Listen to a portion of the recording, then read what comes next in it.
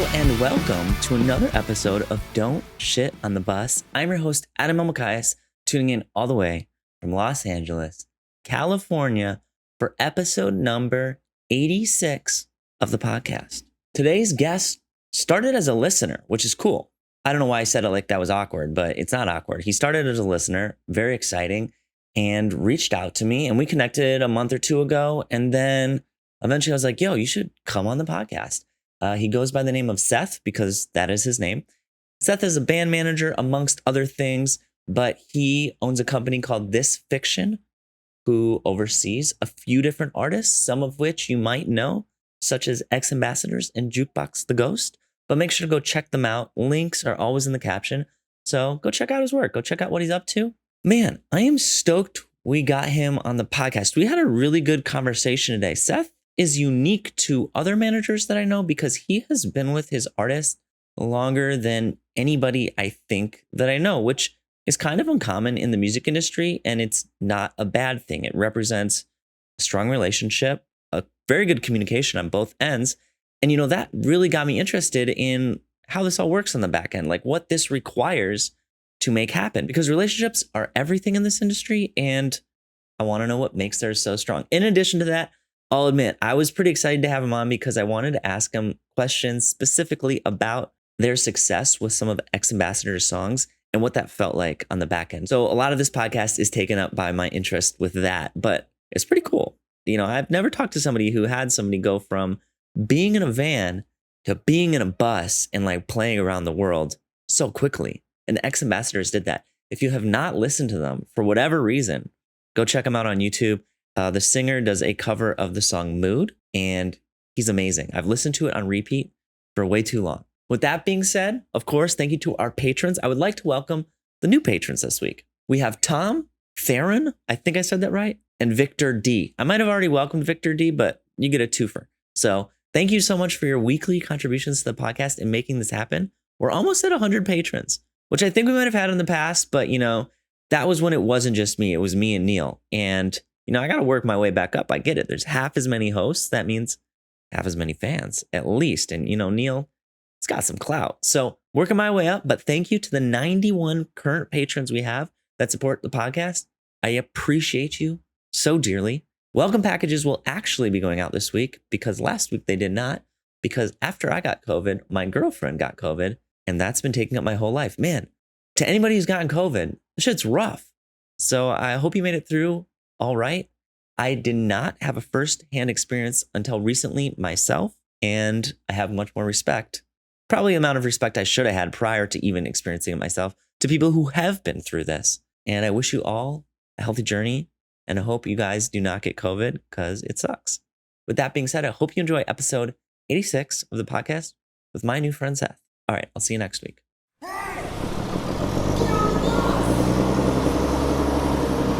Welcome to the podcast, Seth. How you doing, man? I'm great. How are you? Good. I am been looking forward to this. I kind of practice lines subconsciously throughout the day, and I always say the questions, and I'm pretty excited to learn from you. So thank you for joining me today. Thank you for having me. I've been a listener of your podcast, and the minute I saw there was a podcast called Don't Shit on the Bus, which are the most important words to live by on tour, I had to find out more. So thanks for having me. If you could say the second and third most important words on tour, what would you say they are? Not to put you on the spot. What would be the next rule? The next rule is don't ask the tour manager too many questions.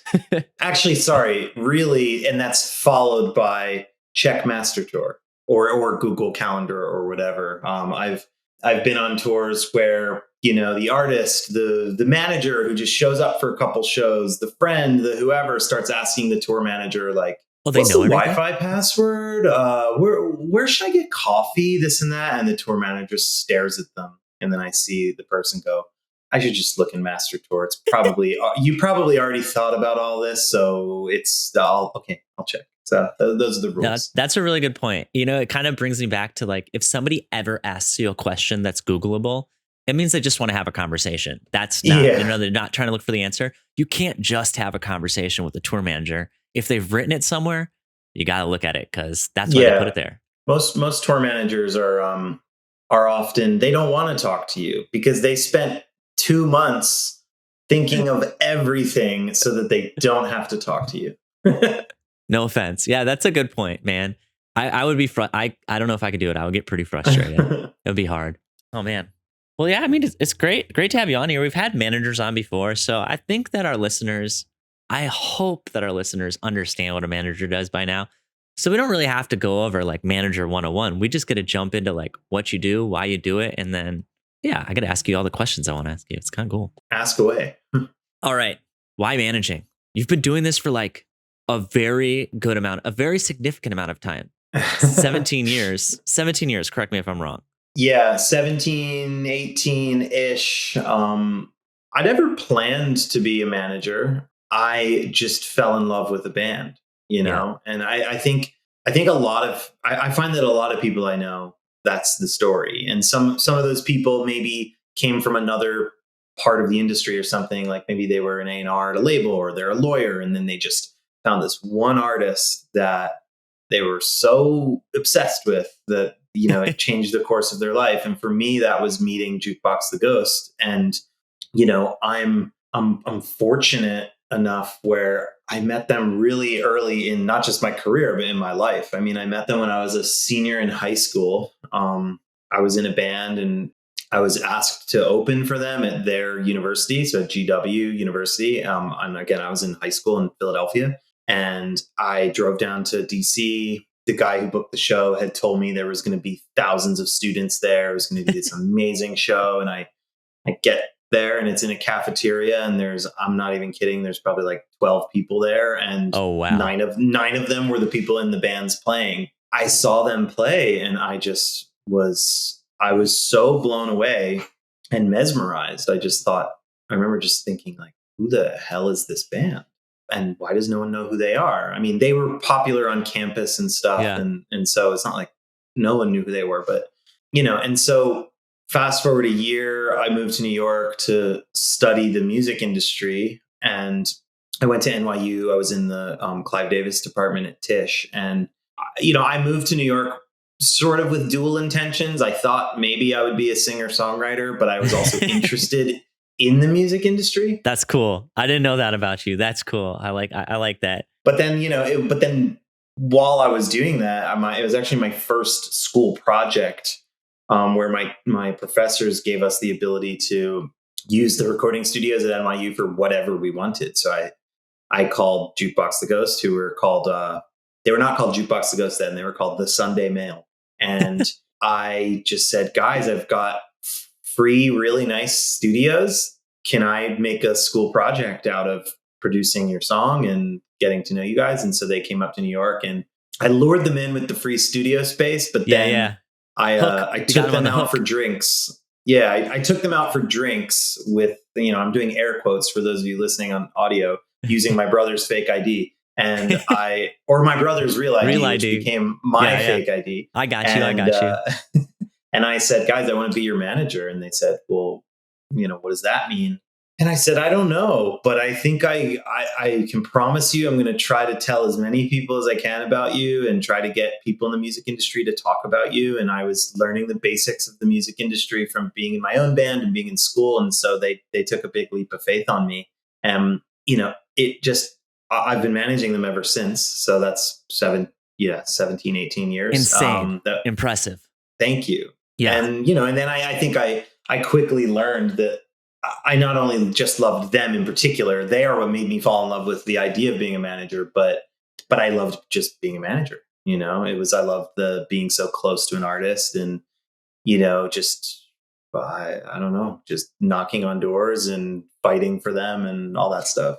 And it kind of like, okay, two things. First, you said, I just fell in love with the band, which I put in quotes and wrote down because that is so cool to me. Like that is, in my opinion, why so many people start working in music. And it might look different for all different people. Like they might just, follow a band around the country and then work for them, or they might meet a band and just fall in love with their live show. Like that's how a lot of people's music careers start. Yeah. I mean, I'll never forget. They had a demo, and this is actually really interesting and full circle now, but they had a demo of a song called Hey Mode. or Okay. spelled Maude. I thought this was the most interesting, weirdest, eccentric song I had ever heard. And, I just remember thinking to myself, I don't understand how guys that are roughly my age can make music this crazy and good. And it reminded me of Queen meets Muse, and they were classically trained and eccentric, and it just blew me away. The funny thing is they never ended up actually releasing that song until this year. So we just put it out via my label. What about that song? Yeah, we put it out.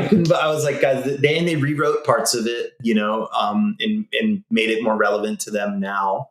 But it was just one of those moments this year where I was like, oh my God, guys, nearly 20 years later, we're finally releasing Hey Mod. That was your long-term plan. You're like, I'm going to get them to a point where they'll release this. And it only took 20 years. Yeah. Oh man. What's cool to me is that you wanted to be in a band, or rather you wanted to be a singer-songwriter. You had intentions of kind of doing that yourself. And then you, through experience or meeting these people, you figured out, okay, I could actually be a manager. I was wondering, from your standpoint, I feel like other people might enter the industry in similar ways where they're like, all right, I want to be in a band, but instead they're going to do something else. Did it tick a lot of the same boxes for you, or was it a whole paradigm shift? Like, what was that like internally? It ticked a lot of the same boxes for me, because at the time I was managing my own band and my own singer-songwriter project. And, we were able to get to a point locally in Philadelphia where we were selling 500 tickets in Philly, and we were selling out small shows in New York City where I was in college, whether it was at, I don't know, Joe's Pub or the Lion's Den, or some of these small venues.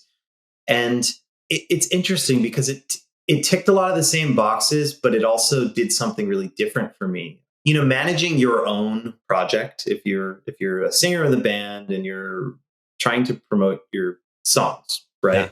Yeah. Like in any creative endeavor, you hit a lot of walls and you hear a lot of no's. Now, getting those no's and hitting those walls when you're trying to share the music that you've written, that you've poured your heart and soul into, is so hard.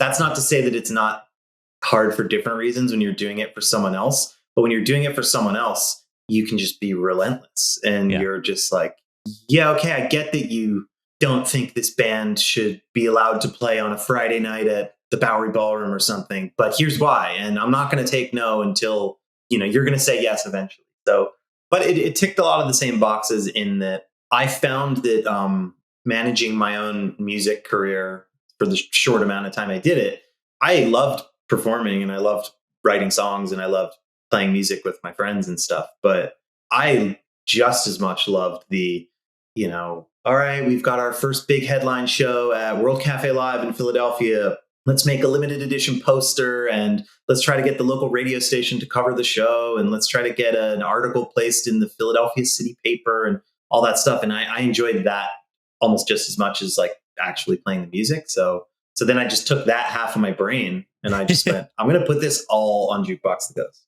Just fully committed. I understand what you're saying, and I think you put it into words better than I ever have, but I understand what you're saying just on my agency front of my career where, we have photographers that we work for, and something about like doing the thing and then getting it and then taking it back to these people that you care and believe in so much, being like, I did it.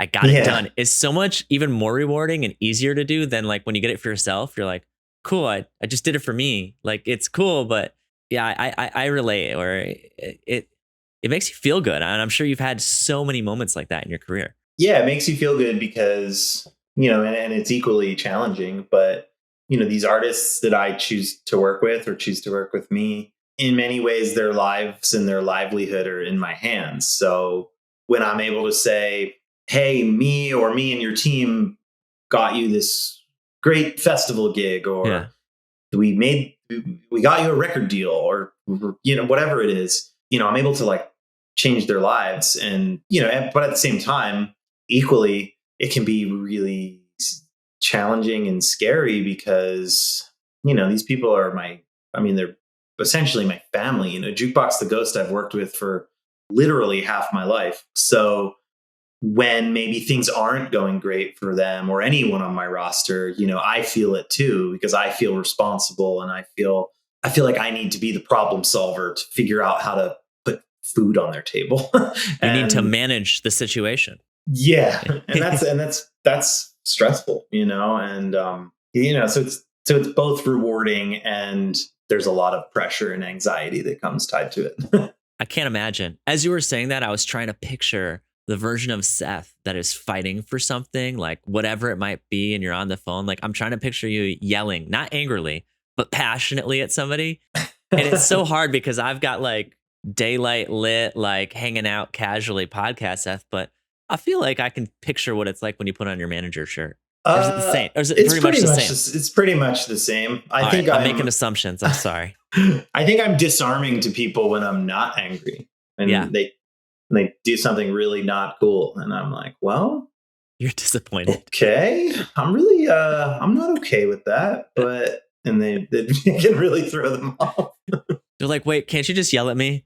Can't you just do what everybody else does? Yeah. No, I kill them with silence and a smile. Okay, I'm going to take a note from that. But I mean, you've got to be doing something, right? Because you've had these, we all work with a lot of different people in the music industry, and it's not uncommon for people to have a new job every 3 years and even switch the job they're doing in the industry, whether it be going from working as management, then working in, PR, and then working at, on tour. People jump around a lot, but you've been a manager this whole time. I have. I've been a manager the whole time, and I don't know if I could do anything else. And that's, the asterisk being, I have a lot of other businesses that are connected to being a manager, and they're all entrepreneurial endeavors that are related to management. So we have a small record label that we're currently releasing music for artists that we manage, but that'll expand at some point to artists we don't manage. And we have a publishing company and we have things like that. But, I think I'm lucky that the artists I work with, and maybe it's part luck, but it's also was my choice to work with these artists that I really love as people. And so I just love the role of manager because you are the closest person to the artist. It's you are the voice of the artist for the whole industry. And for some artists, they're brand new, and you're simply just trying to build a small team around them. But sorry, my dog is behind me, and I think he's having a puppy nightmare. Freddie, you're okay. You can edit that part out.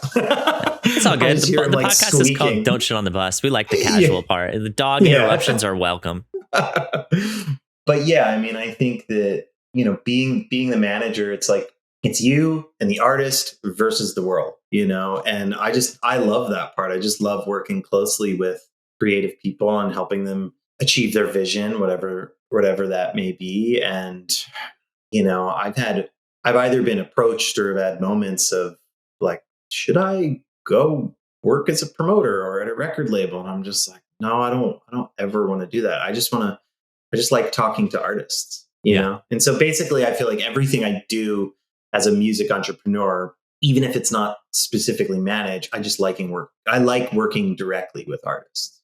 Yeah. I think it's cool too that you have done your own thing for this long, because I'm sure you enjoy the modular aspect of it. Like you're saying, like you've imported these other aspects of your management now to do publishing and work on these other things. And if you're working for somebody else or, under a bigger company, you can't always do those things. But because you created your thing, there's really you can do whatever you want, which is cool. It's a good place to be. Yeah. I don't think I could do anything else. As far as I couldn't be in a working environment where I had to ask permission for anything. I don't, and honestly, I feel like a lot of managers feel that way. I just, I love having an idea and running with it and trying and being successful or trying and failing. I just like being able to make those choices without asking for someone's permission to do it, Yeah, I mean, you've got to take those risks. Every business decision you make is a risk in a way. And yeah, luck plays a role in it. And I'm sure you've had things that didn't work out. And well, it's quite evident that some things did work out because you've made a living out of this and have some employees and some happy bands. And that's really the dream, huh? Sometimes they're unhappy, but hopefully most days they're very happy. We'll see. I mean, there's bumps and such, but we'll get there. Oh man. Okay. While I was writing this interview, I was like, okay, I want to know about why he manages and that. But it's something that was really interesting to me that I hadn't talked to anybody about, that I always try to find what's unique to the guest. And one of the artists you manage is called X Ambassadors. And specifically to that artist, they've had a few songs that were like, their other songs are big, but these songs, I mean, I'm not wrong to say these songs were much bigger than some of their other songs. I kind of want to like talk to you about what that's like on the back end, because that's interesting to me. I don't know anything about it. So if I ever ask a question that doesn't make sense, you can correct me. I'm like totally, I'm just here to learn. Like I'm okay to embarrass myself. So I'm going to go into this just full send, and I'm ready to learn and be wrong. Awesome. Okay. So we all know what it looks like on the front end, right? Like we see the artist get bigger, or we see the song, hear the song on the radio a lot. We see them playing the festivals. But I was wondering, for you on the back end, you like, when did you start with X Ambassadors? I guess is a good place. I met X Ambassadors about 10 years ago. Okay. They were called The Ambassadors. A woman named Samantha Cox at BMI sent me their music. I loved their EP. They had this self-made EP. They were playing shows around, New York and Brooklyn. And I went to see them, and I was just similar to how I felt about Jukebox The Ghost. I was just so blown away. Like Sam, the singer, I fell in love. Yes. And Sam, the singer, was performing on stage as if he was playing in a giant stadium, yet there were maybe like 12 people there, and I loved it. And I just sort of dove in head first. At the time, they told me they were meeting with a bunch of different managers. A year later, they said, Seth, there were no other managers. We just really needed a manager. Wow. So they played you. They wound me up. Wow. They played me, but I loved it. And yeah, I mean, I've worked with them ever since, and it's been a real journey. Okay. So prior to, like, just real quick, what was their first song that got very large? If that makes sense. Is it Renegades? Well, no, actually. So okay. I'll give you kind of the big song moments for them. So the first song I heard was called Unconsolable. Okay. That was so unique, so creative. They had a self-recorded version of it. It blew me away. So that's what got me interested to go meet them. So I started working with them. Okay. Then the first song that really put them on the map in many ways was a song called Litost. It's Litost. I'm looking them up as you say them.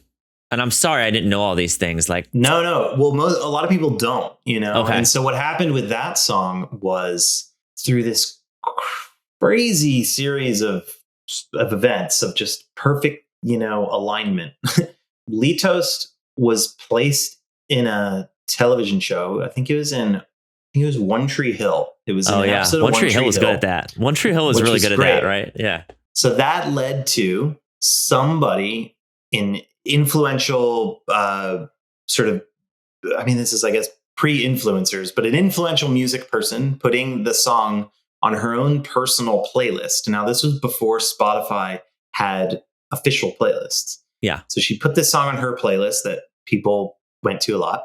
Through that, an alternative radio station DJ in Norfolk, Virginia, a station called 96X, found the song, started playing it on air. Just randomly. And, this was it was different. It was a different time in 2013. Yeah. Radio stations could just play what they wanted to a certain extent. Yeah. Now it's based on what's happening on TikTok, for God's sake. But at that time, the song was played, and it ended up becoming the #1 song of the year for a big commercial alt radio station in Virginia. Oh, awesome. And this was a year, I remember I saw the charts in Virginia at the end of the year, and it was like #1 song of the year, most played on this huge station, X Ambassadors, #2, Of Monsters and Men, #3, Foo Fighters, #4, You're like, hold Mumford and Sons or Lumineers or whatever it was. What ended up happening was there was this whole flurry of music industry activity around people chasing this song, going like, who's this band?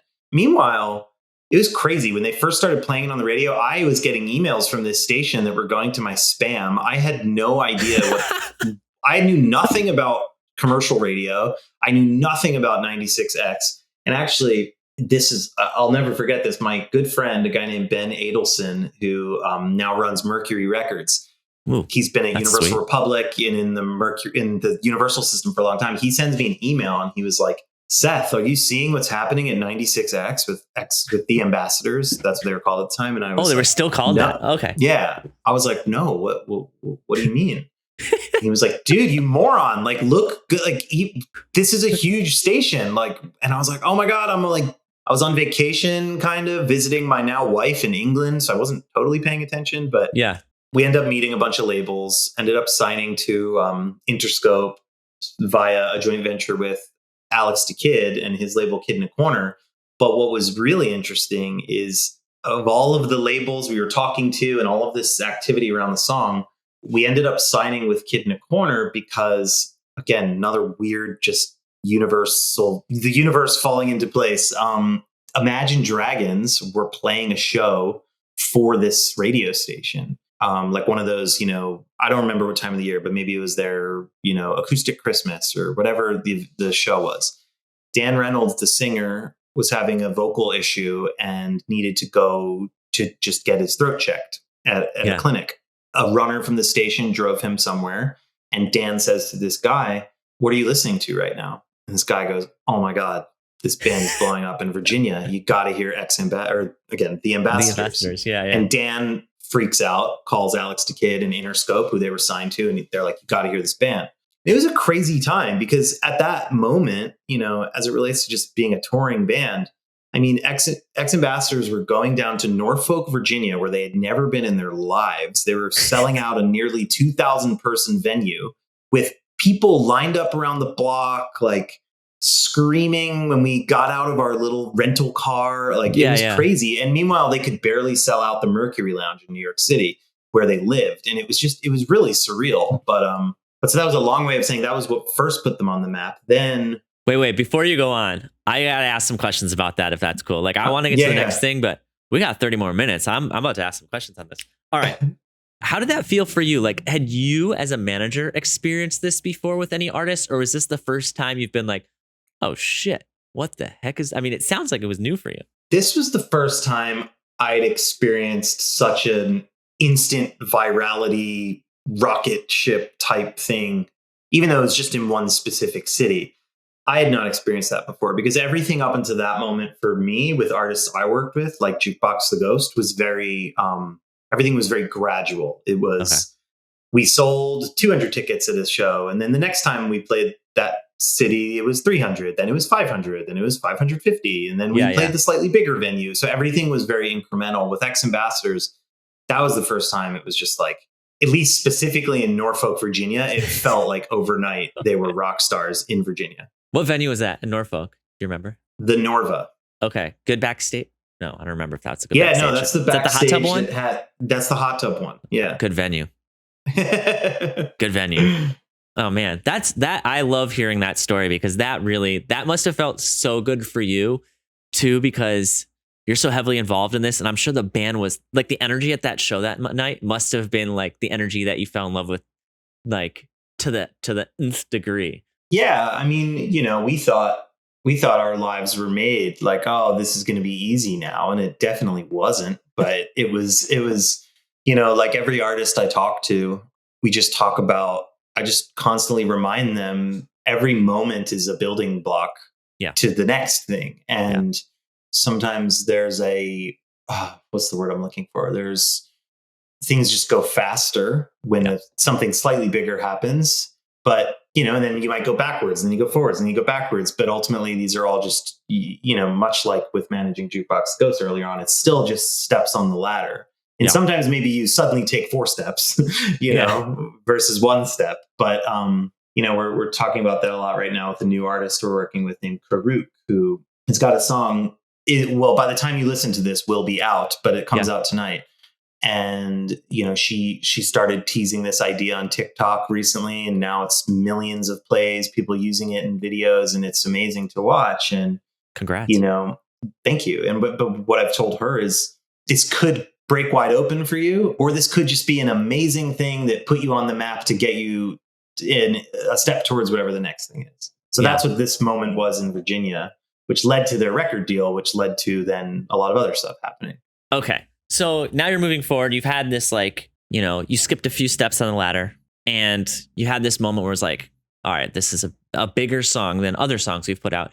When did it go, like, now that you kind of know these indicators or these things that are like, okay, this song's starting to pick up because I'm seeing radio play, or like, I mean, not every time Imagine Dragons singer is going to be in the car listening to it. But so the next song that got big, the one that kind of even put these ones to shame, I guess, like dwarfed these ones, I guess you could say. In many ways, yes. But so again, we then released an EP. The band started touring. Okay. They were opening for Imagine Dragons. They were opening for Jimmy Eat World. They opened for Panic at the Disco. But then the next big moment was they made a song with a guy named Jamie N. Commons called Jungle. Okay. And in 2014 was featured in a Beats by Dre commercial for during the World Cup. And it was, oh wow, sounds big too. It was had a lot of hits. Yeah, in this song, what was really interesting about this was like the commercial was just like it looked like a blockbuster movie. I mean, it had some of the most famous, athletes in the world in it. It's shot by an amazing director. It was a big deal. It's called The Game Before the Game, if anybody wants to look it up. Right? The commercial has its own title. That's how big and, dare I say, pretentious it was. But it was so beautifully made. It was so cool. And it was very global. And so song comes out. It's in this commercial. Instantly, top of the Shazam charts around the world. There was an alternate version with Jay-Z on it. It was a huge hit basically, it was a massive hit in countries where they care about soccer. Right? Yeah, it looks like there's a lot of soccer players on it and a lot of people's names I can't pronounce based off reading them. So I'm assuming it's very worldwide, like South America and Europe. It was South America. It was Europe. It was massive. It was, and the World Cup was happening in Germany at the time. So the song was just like the song became sort of the unofficial anthem of the World Cup. It was that's absolutely mind blowing. Like I remember that summer, we flew to Germany and they played in front of 500,000 people on the fan mile. And it was just, I was like, I cannot believe this. I was, I had like a t-shirt gun myself just for fun, shooting shirts out into the crowd. I can relate on that one. That's awesome. But again, what was really fascinating about that was that really put them on the map in a big way. They were suddenly doing TV shows in Italy and on the radio in England.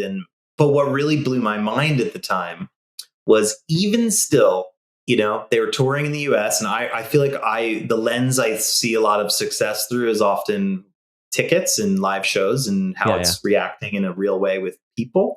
Band was still playing to like 300 to 500 people a night in the States, which is not nothing. But I remember banging my head against the wall, being just going like, if this doesn't break a band wide open, what's it gonna take? I don't know what the hell I need to do. This is do you guys not watch soccer? Come on. Yeah. But that was incredible for them. And that, again, back to my analogy about the ladder, it's like that brought them up a few steps on the ladder just within their record label and their team. Suddenly, you have John Janik, who runs Interscope, or Jimmy Iovine, or everyone within the Interscope, everyone within Universal Music Group around the world looking at X Ambassadors going like, okay, let's keep this going. What do we do next? And then, what really kind of cracked it seriously wide open was then Renegades, which again was triggered by another sync. So that was in a Jeep commercial. Is that what it's called? Sync, SYNC? Is that what happens when it's placed on a thing? Okay. Yeah, that's, when a song is used in film or television. At that time, this was 2015, I would say syncs there was usually back then, well, saying back then makes me feel old. All 7 years ago. 7 years ago, I think there was more of a direct correlation between syncs and exposure from syncs leading to consumption of music, because Netflix wasn't really a thing then so much. I mean, it existed, but people were still watching network television. People were still watching cable TV. And so there was often a song was in a commercial. If it was a really good visual and a really good commercial, people were often using Shazam, finding out what it was, and then buying the MP3 for $1 on iTunes. So you could instantly see what was happening. Yeah. It was totally different then. And so Renegades came out shot straight to the top of the iTunes charts, Shazam charts. Basically, I'll never forget the phone call I got from Brenda Romano at Interscope, who just said K-Rock is adding it into rotation in LA, and in the world of commercial rock radio, K-Rock is, one of the most influential stations. They were the first station to step out and say, we're adding this into full-time rotation. And they're good at that. Yeah. And once K-Rock did that, basically every other station in the country was like, well, we got to do it too, So that really, that led to then a lot of other songs on the radio, but Renegades, which, was then led to Unsteady. Those became just big global smash hit songs for them. All right. I gotta know, like, we see all the things happening on the front end. Like, we see the commercials, we see, the bigger shows, but like, I want to know what your conversations were like with the artist and what feelings you guys felt as these things happen. Because is there like a moment where you confirm the sync, or is it just something that happens and you guys know about it once it's placed? Like when were these moments that blew your mind happening on the back end? I mean, there were just so many moments. Like, I mean, some of them were like, like you'd write them into a movie script. I remember Alex DeKid, the producer who ran their label with Interscope, calling me right before the Jungle commercial was confirmed, the Beats by Dre thing. And he just said, I got you guys a sync that's going to change your lives. Oh, wow. And I was like, this is so dramatic, but okay. And I didn't know what that meant. And I love that response. Yeah. That's so funny to me because, people are like that. They're like it's good when there's truth to their drama. Sometimes they say it and you're like, all right, chill out. But that's great. I was like, cool. Let's okay. Change it for the better, I hope. Yeah. But there was, I think a lot of, especially between 2015, 2016, there was a lot of growing pains behind the scenes, because these guys were people driving around in a Ford, E150 or whatever van it is with a tour manager, who's still their tour manager. And that was it. And then suddenly we're figuring out, hey, you guys got to get to Cleveland tomorrow for 4 radio interviews starting at 8 a.m. And the tour manager going, you realize that's impossible. Cleveland is 10 hours away. And then me being like, well, maybe you guys just don't sleep.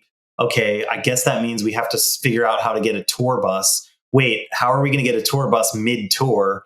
Things were happening so fast that we were constantly problem solving, scrambling in order to just keep up with this thing that was just taking on a life of its own, specifically around Renegades. But then there were just so many amazing celebratory moments. Like I remember when Renegades went to #1, we were in Berlin, they were on tour, and, we got a message or something. We were all at a bar cheersing like, oh my God, this song just hit #1 at rock radio in America, thinking, okay, that to next week, it'll be to #2. And then it was #1 for like 12 weeks or something, and it was just kept growing and growing and growing. And then all of these things that, you dream about doing, like, oh, it would be awesome to play at Bonnaroo, or it would be cool to one day play a show at Red Rocks, or wouldn't it be amazing to go on, Jimmy Fallon's late night show or something? And then like suddenly those opportunities just start rolling in.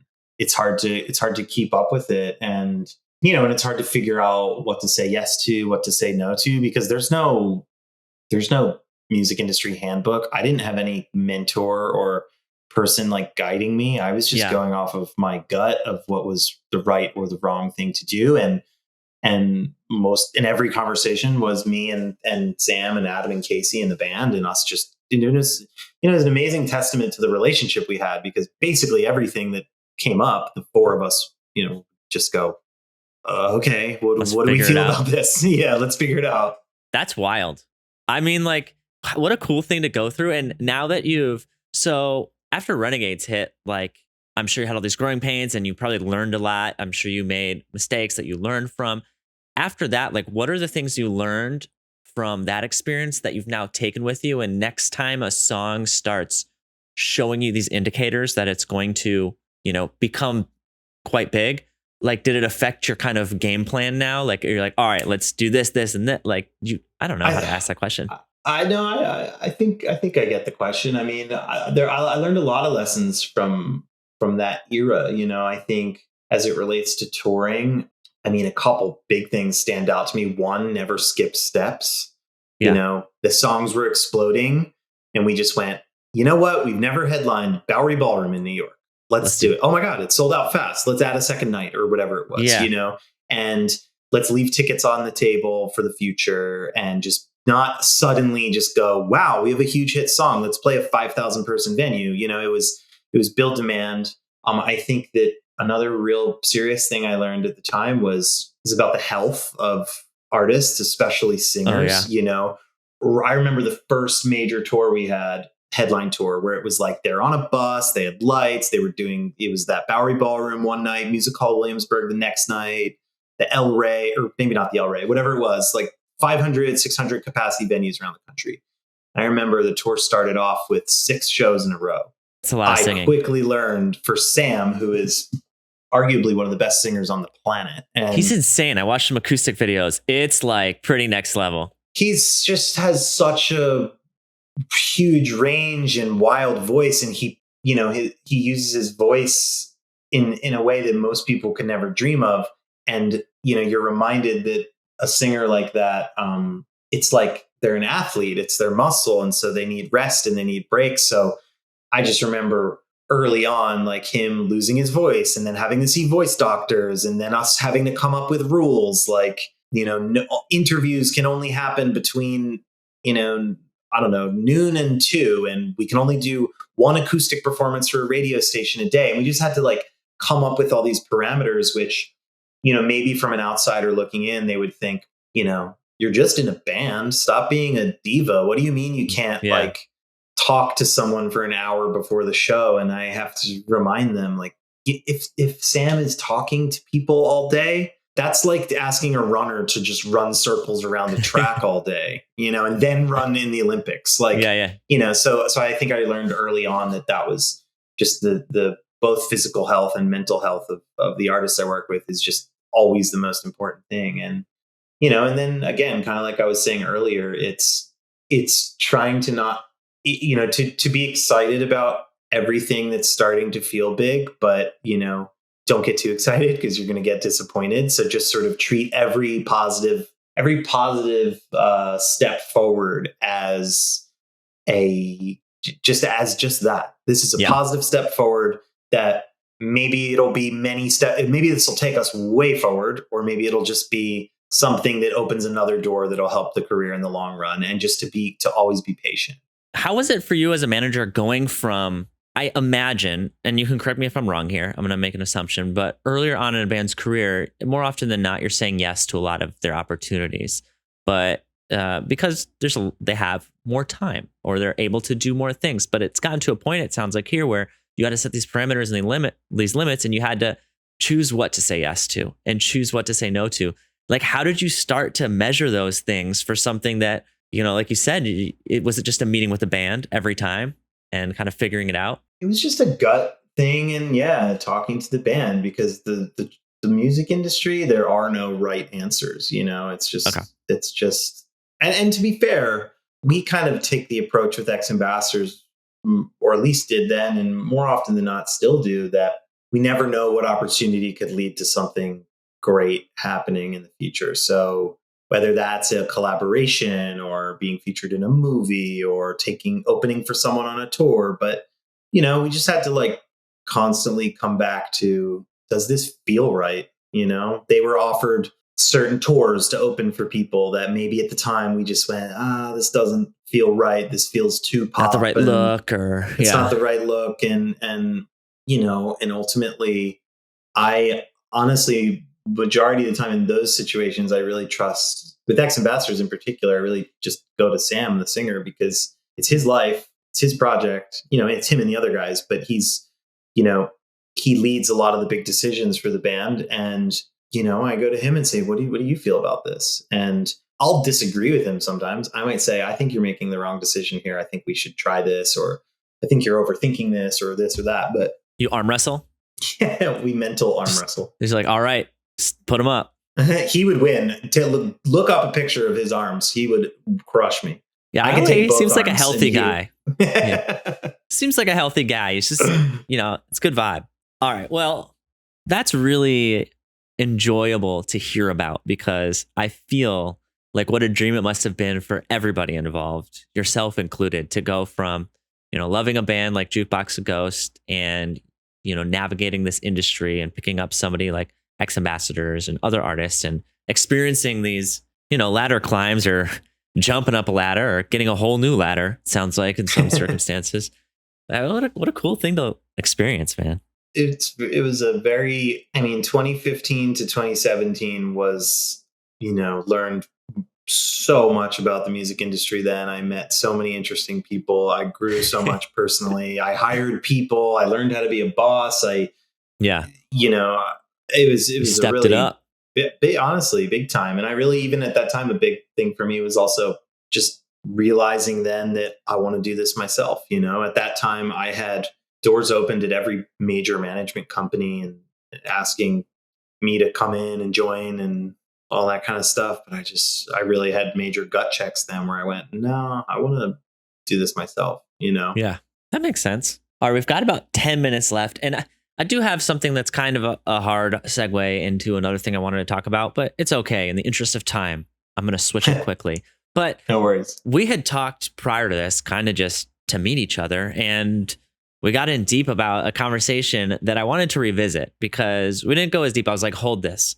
We got to talk about it on the podcast. But you brought up a really interesting point to me that was, why artists tour. And we're talking about, some artists just exist online and they don't tour, but other artists like, the show is like, that is the goal.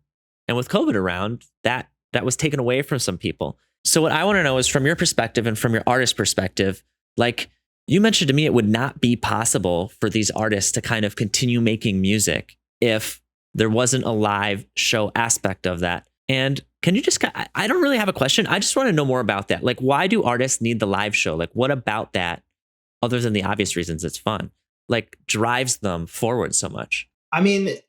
Look, it's different for all artists. I would say most artists that I work with, we connect on our love of live music. And a lot of the artists I work with will choose to lose money if they have to in order to go play a show they're excited about in another country because that's what they do this for. Yeah. I think again, we're living in an interesting time where it's great for artists because when I started doing this, streaming didn't exist.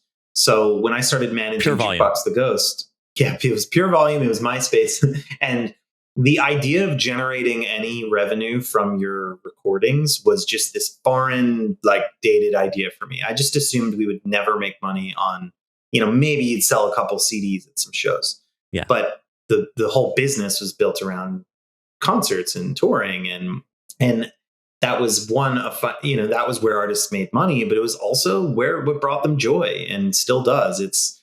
That's where again, for a lot of artists, not every artist, that's where you can connect with people and that's where you feel it. You see people singing back, whether that's 50 people or 50,000 people. And that's what a lot of the artists that I work with do it for. Now, fast forward to the last few years where artists, because of playlisting and streaming, it's actually easier now than ever for an artist to make a living without touring because they might get a song on a few playlists and then, maybe they're getting a few million streams a month and suddenly they're getting, $5,000-$10,000 a month coming into their pocket and they're going, wow, I'm making a real living doing this. And if they're independent, once you start adding record labels and whoever, a few zeros drop off. Things. But all that being said, artists, there's a lot of artists that are okay with that and are happy to just be at home and make music that people listen to maybe more passively or maybe becomes background music. But for me, nothing matters until I see it at the show. And that's just my own personal feeling, and that's why during COVID, I was losing my mind. It's why I wrote this article that I shared with you guys earlier, Is that a public article, by the way? Is it out there? Yeah, it is. So we could maybe we'll put it in the podcast notes so people can check it out. Absolutely. Yeah. Okay. Yeah. I wrote this piece about about missing live music and just sort of the early on COVID fight to save the concert industry, because it was just, it was decimated. But I don't know.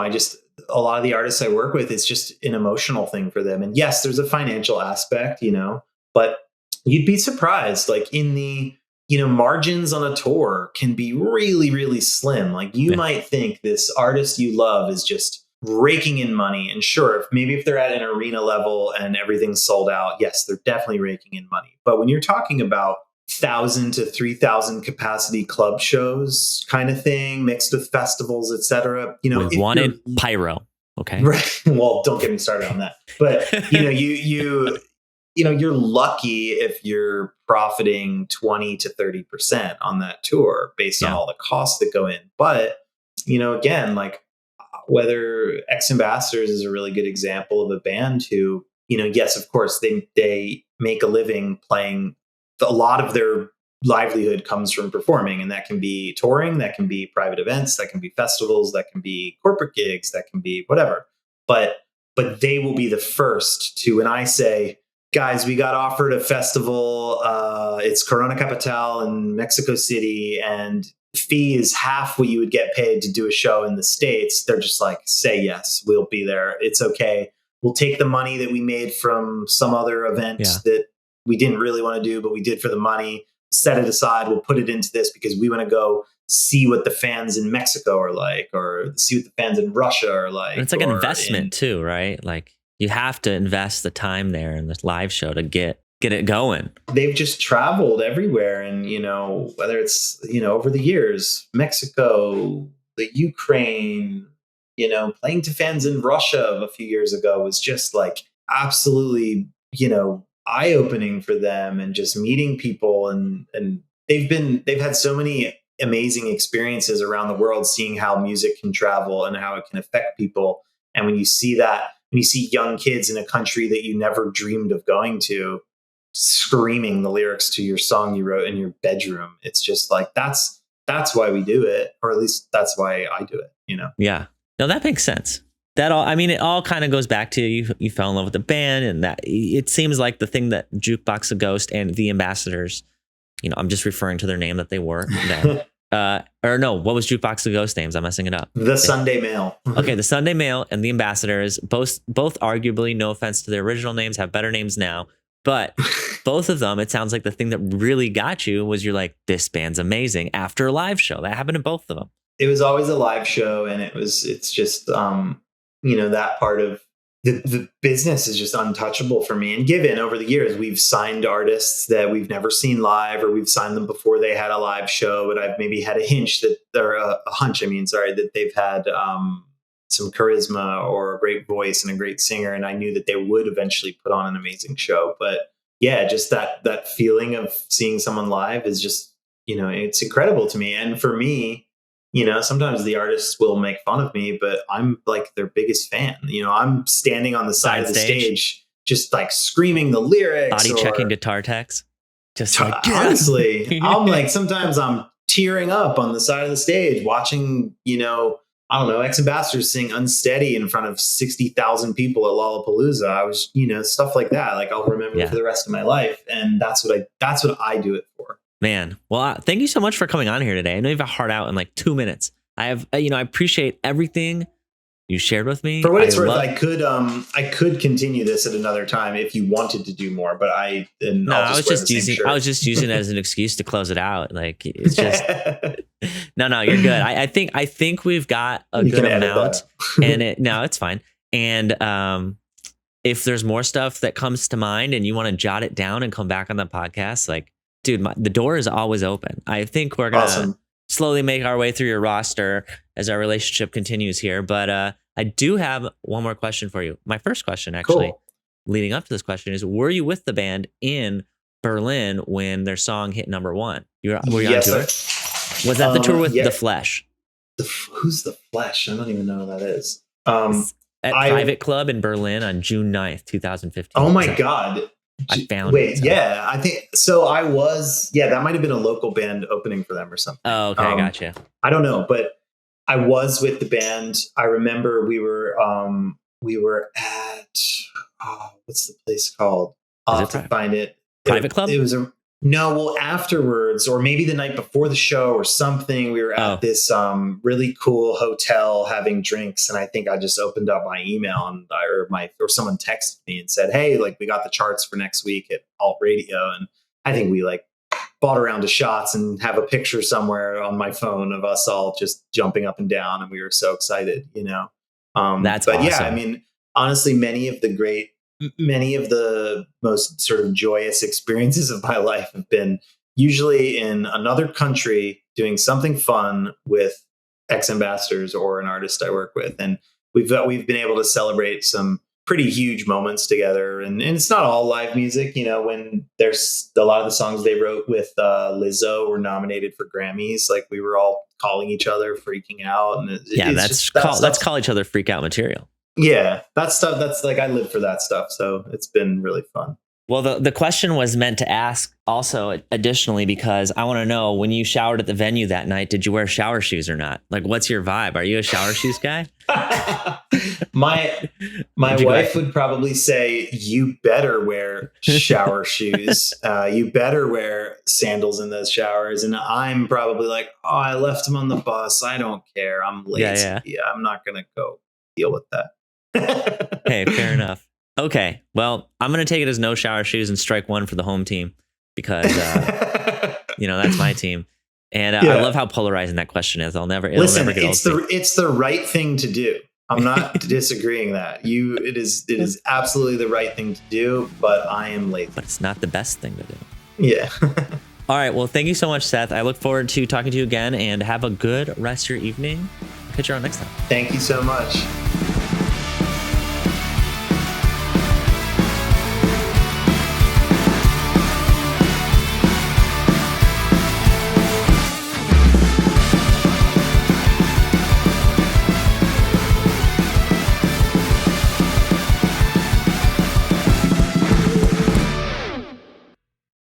Cool. So this week I spent most of my time taking care of my girlfriend, which is nice. She was kind enough on day 7 to let me go to a magic tournament.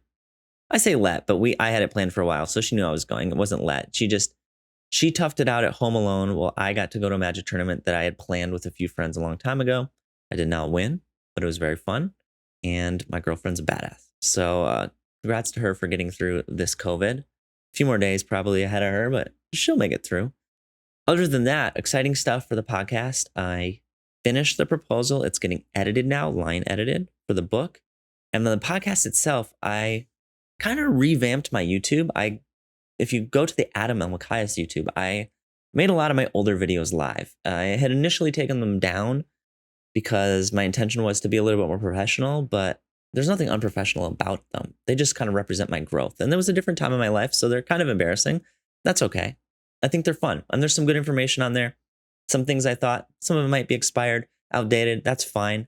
So still some good times. And in the interest of hopefully getting more eyes and ears on this podcast, I am uploading all the videos to my personal YouTube account, which has a lot more followers than the Don't Shit on the Bus account, which is fine, because one of them started a year ago and the other started like 12 years ago. So obviously the 12 years ago one has that. I also fixed a bunch of image stuff on my website. I basically am getting through all the things that I have not gotten through in a while. And if you want to take any time to go check it out, feel free to.